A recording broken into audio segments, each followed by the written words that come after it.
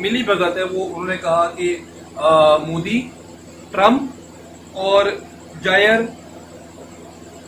Bolsonaro, یہ وہ لوگ ہیں جو مطلب اس طرح کی ذہنیت رکھتے ہیں کہ جو ماحول کو بالکل بھی مطلب یعنی کہ اہمیت نہیں دیتے، اور نہ اس پہ یقین رکھتے ہیں کہ ماحول خراب ہو رہے، یا ہمارے جو سسٹم ہے، ہمارا ایکو سسٹم ہے، اس میں خرابی پیدا ہونے ہو سکتی ہے، اس چیز پہ یہ لوگ بلیو نہیں رکھتے اتنا زیادہ. اور انہی کی طرح کے دوسرے دوست جو ہیں ان کے ساتھی ہیں، وہ اس کے اوپر کوئی اتنا خاص سے مطلب یعنی کہ ٹرسٹ نہیں کرتے اس بات کے اوپر. اور وہ کہہ رہے ہیں کہ اور خدشہ ہے کہ مستقبل میں روہت کمار کے پوتے پوتیوں کو، روہت کمار جن کی ابھی میں نے اوپر بات کی، ان کے پوتے پوتیوں کو لنگر ڈالنے لائق پانیوں سے بھری کسی دوسری ندی کی تلاش کرنی پڑے گی، کیونکہ یہاں تو ندیاں ختم ہو جائیں گی. یہ جو پانی ندیوں کے اندر، جیسے کوسی ندی کی بات ہو رہی ہے، پانی اس کے اندر ہے وہ ختم ہو جائے گا. یہ جاوید صاحب کہہ رہے ہیں، جاوید نقوی صاحب. قحط سالی اور سیلاب کو ہماری زمین کی ماحولیاتی نظام میں یکساں مقام حاصل ہے. انہوں نے یہ مزید یہ کہہ رہے ہیں کہ جو قحط سالی ہے اور سیلاب، یہ ہمارے زمین کے نظام کے اندر ایک طرح کی اہمیت رکھتا ہے، کہ کبھی خشک سالی آتی ہے تو کبھی سیلاب بھی آتے ہیں. اب انہوں نے آگے یہ بتا رہے ہیں مزید کہ 1917 سے 18 کے درمیان شدید قحط سالی کے دوران کشمیر میں دریائے جہلم مکمل طور پر خشک ہو گیا تھا، اور مغربی ہمالیائی علاقے میں 48,000 مربع کلومیٹر سے زائد گلیشیئر برف موجود ہے. وہ کہہ رہے ہیں کہ یہ جو مغربی ہمالیائی علاقے ہیں، ہمالیہ کو جو مغربی علاقہ ہے اس کے اندر 48,000 مربع کلومیٹر سے زائد گلیشیئر برف موجود ہے. یعنی قطبوں کے بعد اسی علاقے میں سب سے زیادہ برف پائی جاتی ہے. قطبوں سے ان کا کیا مراد ہے کہ جو ہمارا آرٹک اور جو انٹارکٹیکا ہے ہمارا، یہ قطب ہے دو دنیا کے، ایک اوپر والا قطب ہو گیا، ایک نیچے والا قطب ہو گیا. ان دونوں قطبوں میں صرف برف ہی برف ہے. آپ کو پتہ ہے، آپ جو لوگ تھوڑا سا انٹرسٹ رکھتے ہیں ڈیموگرافی سے دنیا کی اور میپ کو تھوڑا ریڈ کرنا جانتے ہیں، ان کو پتہ ہے کہ آرٹک جو ہے ہمارا اوپر ٹاپ پر ہے، اور انٹارکٹیکا جو ہے وہ ہمارا نیچے ہے، اور دونوں جو ہیں ان کا مطلب یعنی کہ اس میں یہ صرف برف ہی برف موجود ہے.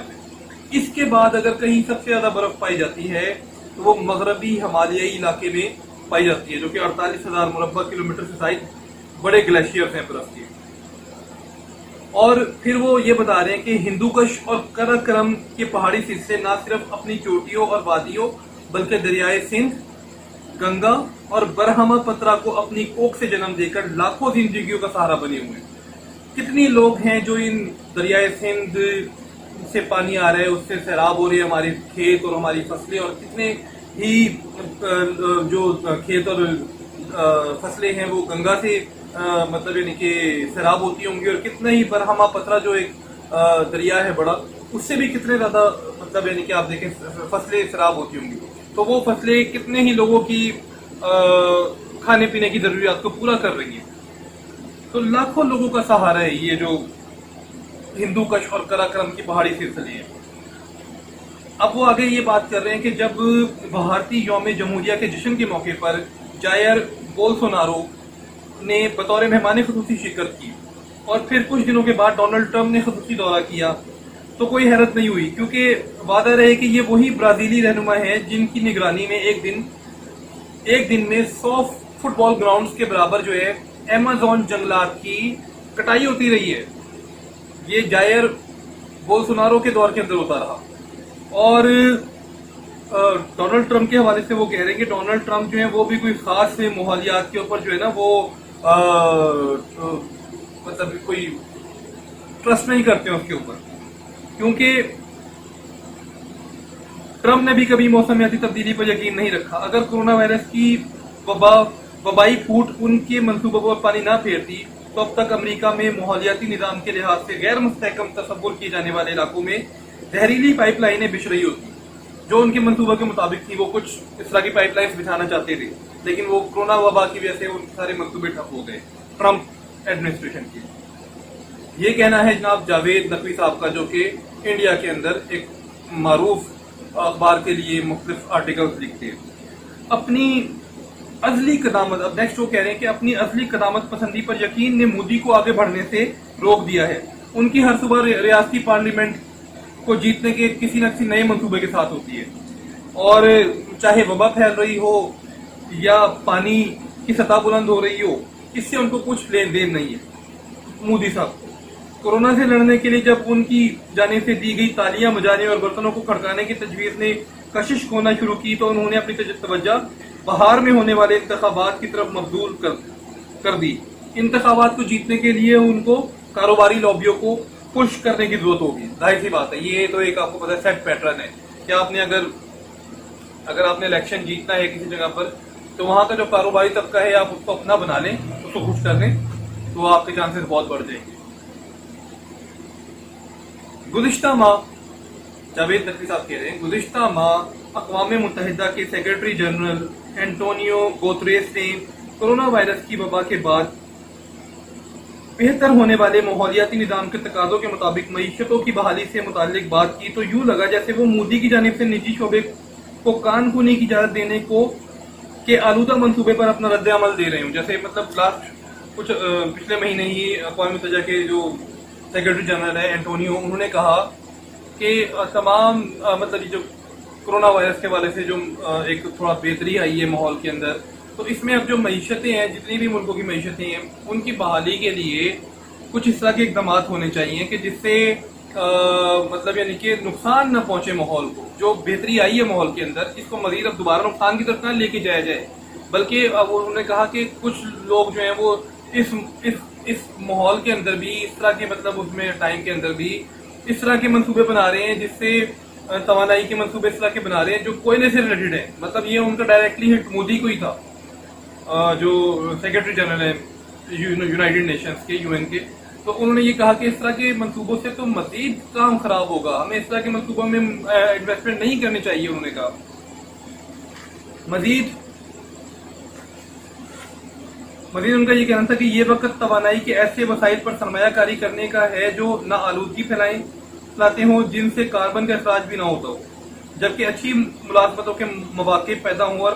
پیسوں کی بچت ہو۔ اس طرح کے منصوبوں میں وہ کہہ رہے ہیں کہ ہمیں خرچ کرنا چاہیے۔ لیکن مودی صاحب نے تو یکسر ایک الٹا راستہ اختیار کر لیا ہے۔ جب بھارتی شہری کو کورونا وائرس کی عالمی وبا کی وجہ سے پیدا ہونے والے خوشگوار نتائج یعنی صاف ہوا میں سانس لینے کا مزہ لوٹ رہے تھے تو عین اسی وقت کوئلے کے استعمال کی اجازت دی تھی۔ اس مبینہ اجازت کے خلاف آسام کے ان علاقوں میں ہنگامہ سا کھڑا ہو رہا ہے جن کی نشاندہی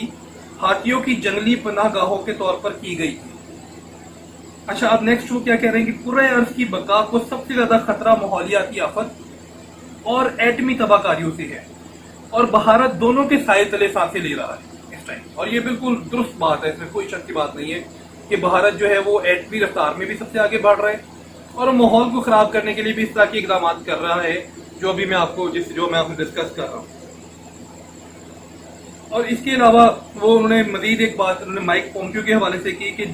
جس شخص پر اگرچہ بھروسہ نہیں کیا جا سکتا، وہ کہہ رہے ہیں جاوید نقوی صاحب کے مائک پومپیو ایک ایسا شخص ہے جس کے اوپر بھروسہ نہیں کیا جا سکتا، لیکن ان کی بات کو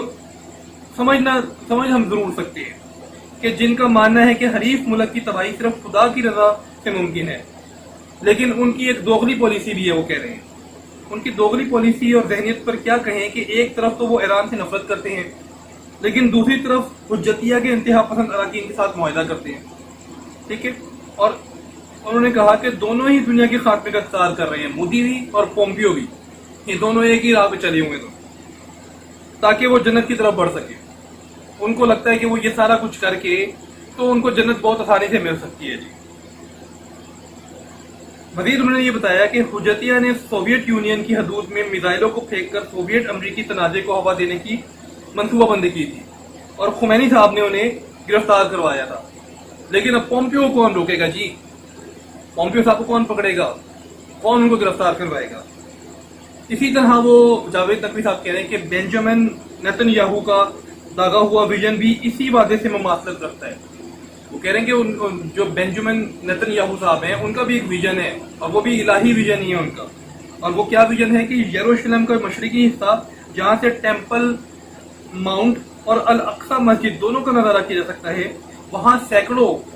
ہزاروں قدیم اور نئی پرانی قبریں موجود ہیں۔ اچھا، مدفون افراد جو ہیں ان کی جو پیر ہیں ان کو مطلب جہاں پہ دفن کی ان کے پیر جو ہے وہ شہر کی طرف ہے، اور وہ اس لیے رکھے گئے ہیں کہ دوبارہ زندہ ہونے کا جب عمل شروع ہوگا